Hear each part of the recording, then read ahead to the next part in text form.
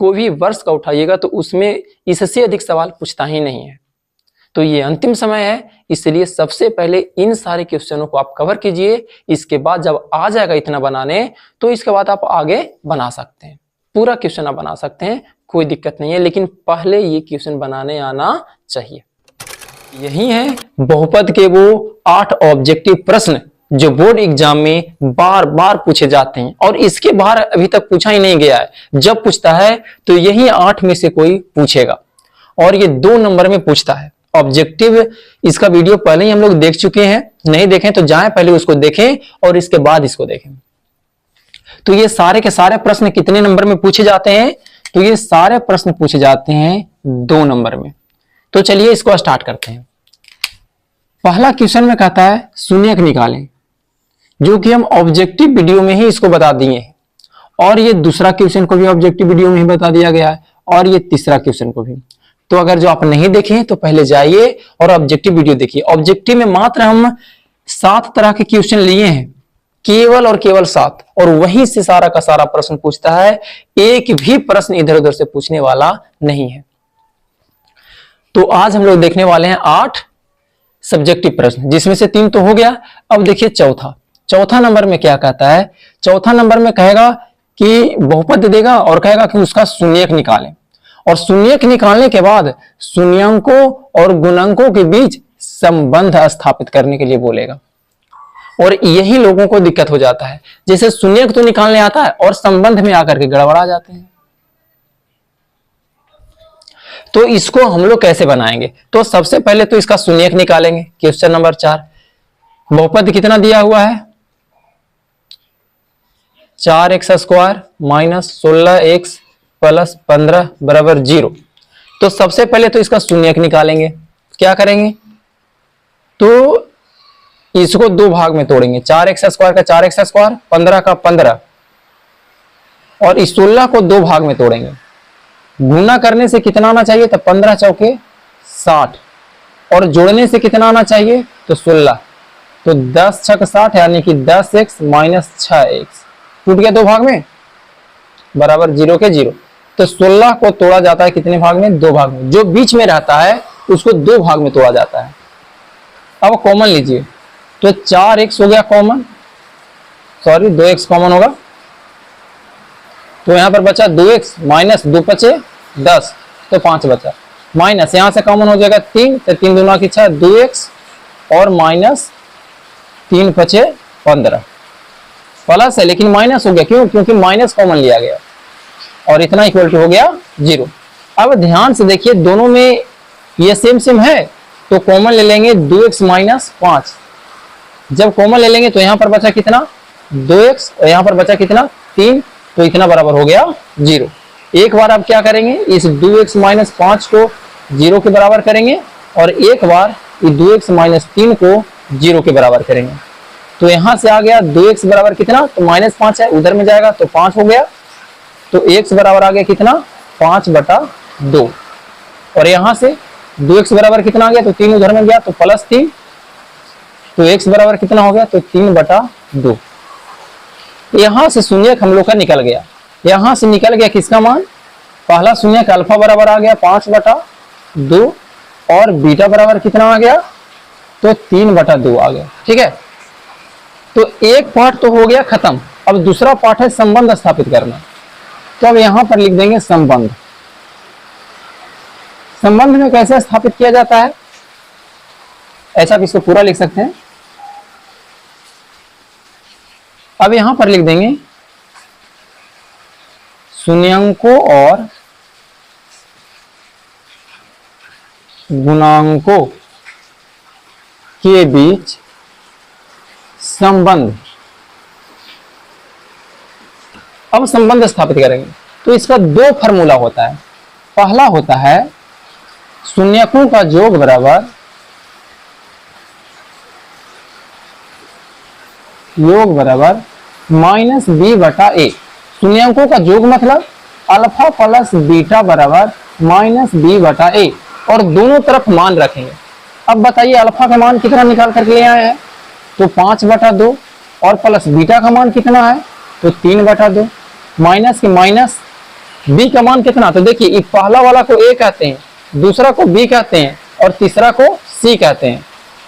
तो माइनस के माइनस और बी की जगह पर लिखा हुआ है 16, -16 चिन्ह के साथ लिखना है, -16 बटा ए की जगह पर कितना है तो 4, तो लिख दिए 4।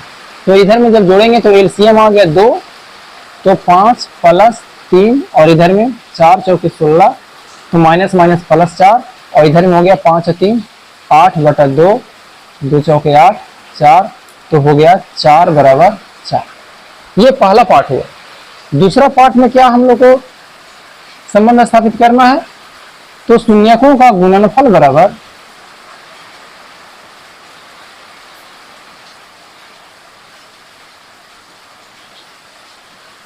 क्या होता है फॉर्मूला, तो सी बटा ए, और शून्यकों का गुणनफल मतलब अल्फा इंटू बीटा बराबर सी बटा ए।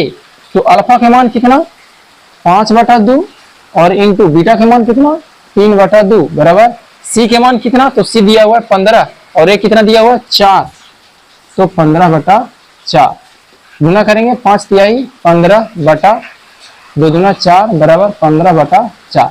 तो ध्यान से देखिए ये बराबर आ गया। तो इस तरह से ये हो गया समाप्त। सबसे पहले इसका शून्यक निकालना है और दूसरा पार्ट में इसका क्या कर देना है, संबंध स्थापित करना है। हो गया, बस मिल गया 2 नंबर। लेकिन प्रश्न सेम टू सेम नहीं रहेगा, इसके जगह पर क्या करते रहेगा, बदलते रहेगा। जरूरी नहीं है कि आपको से भी ये भी पूछे, इसके जगह पर बदलेगा लेकिन बनाने का तरीका बिल्कुल भी नहीं बदलेगा। अब चलते हैं इस दूसरा नंबर क्वेश्चन पर। तो क्वेश्चन नंबर 5 में है भागा, तो चलिए इसे भी देख लेते हैं।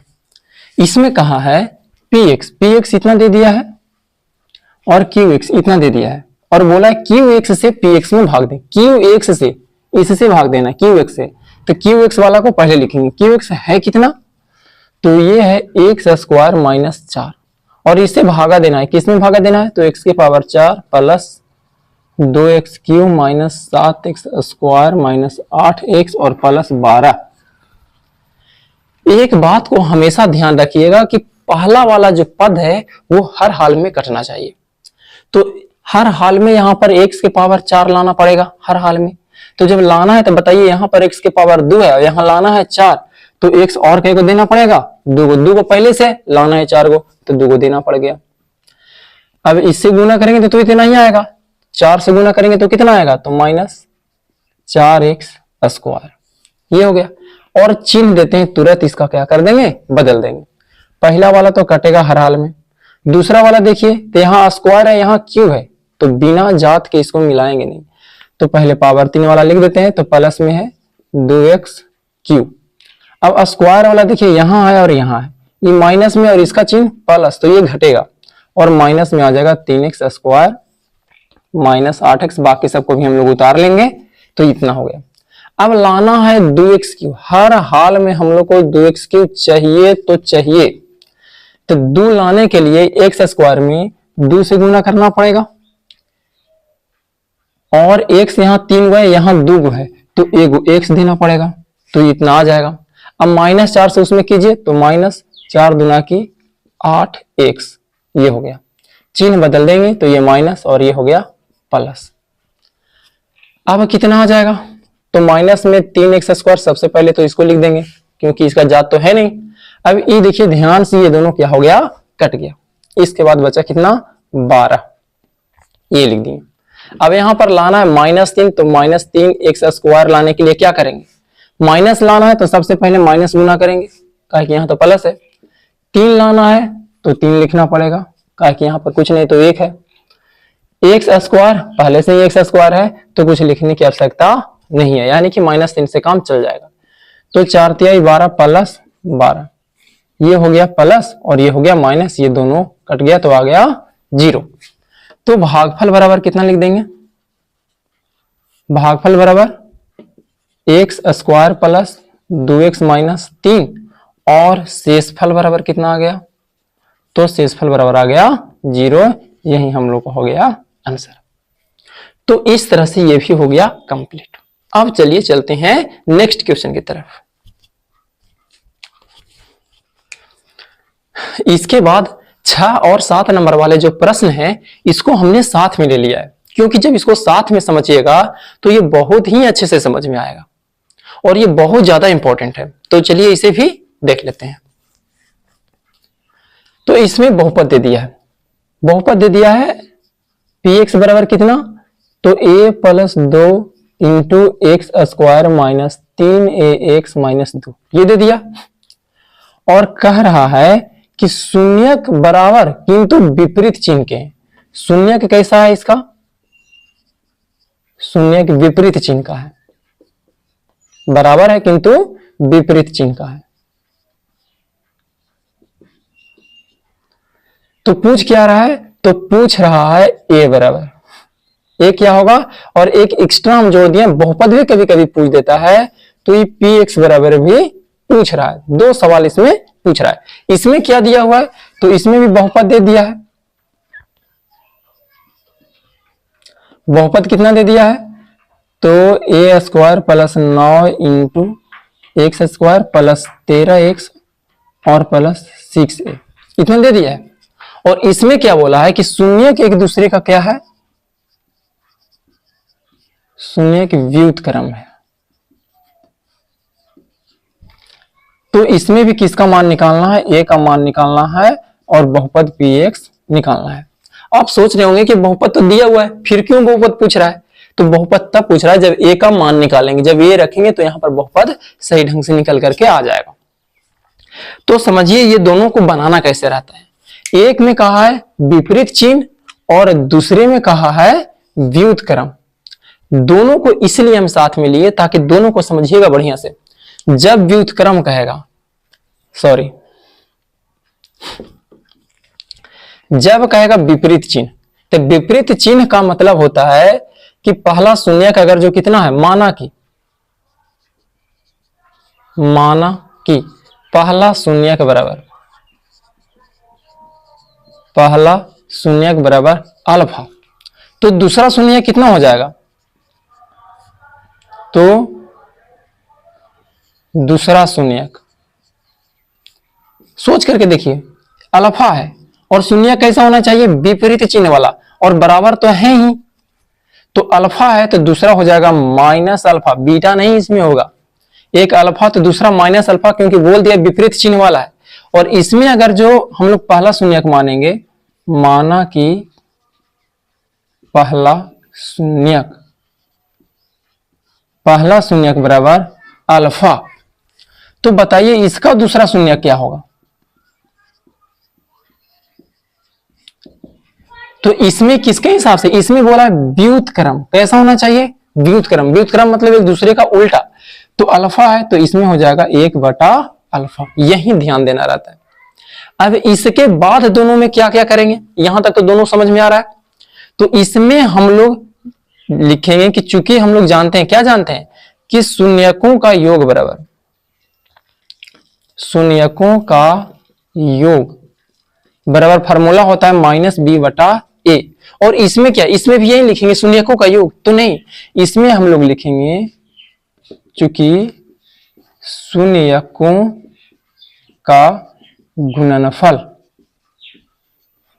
गुणनफल बराबर कितना, तो c/a। अब आप सोच रहे होंगे कि इसमें योग लिखें और उसमें गुणनफल, ऐसा क्यों, तो एकदम सही सवाल है।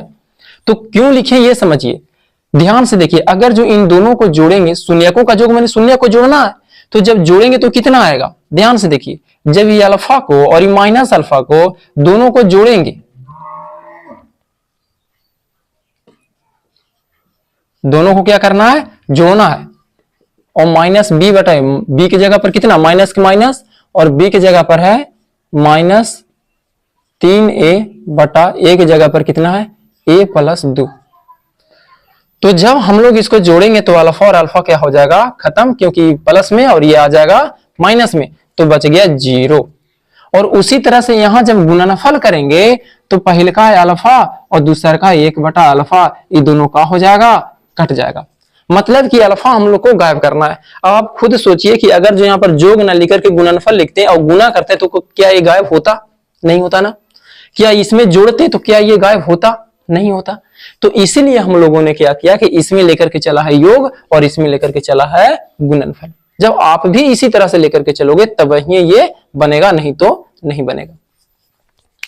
इसके बाद सी की जगह पर कितना है 6a, ए की जगह पर कितना है तो a स्क्वायर प्लस 9, ठीक है। अब इसके बाद सोल्व कर लेंगे।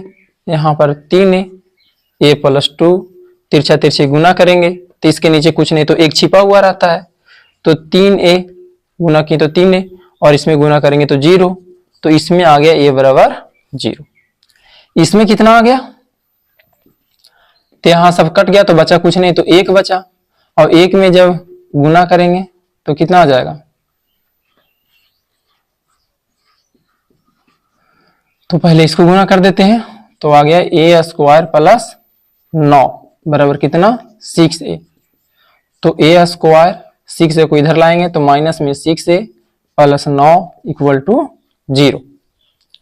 इसको तोड़ देंगे तो a square minus 3a minus 3a जोड़ेंगे तो 6, गुना करेंगे तो प्लस में 9 आ जाएगा। इसके बाद a हो गया कॉमन तो आ गया कितना a माइनस 3 और यहाँ पर 3 कॉमन हो गया तो हो गया a माइनस 3 बराबर 0। a माइनस 3 कॉमन ले लेंगे तो आ गया a माइनस 3, और जब इसको 0 के बराबर लेके चलेंगे दोनों तो सेम सेम ही है तो आ जाएगा यहां से a बराबर 3। आंसर आ गया है एक, इसमें भी और इसमें भी।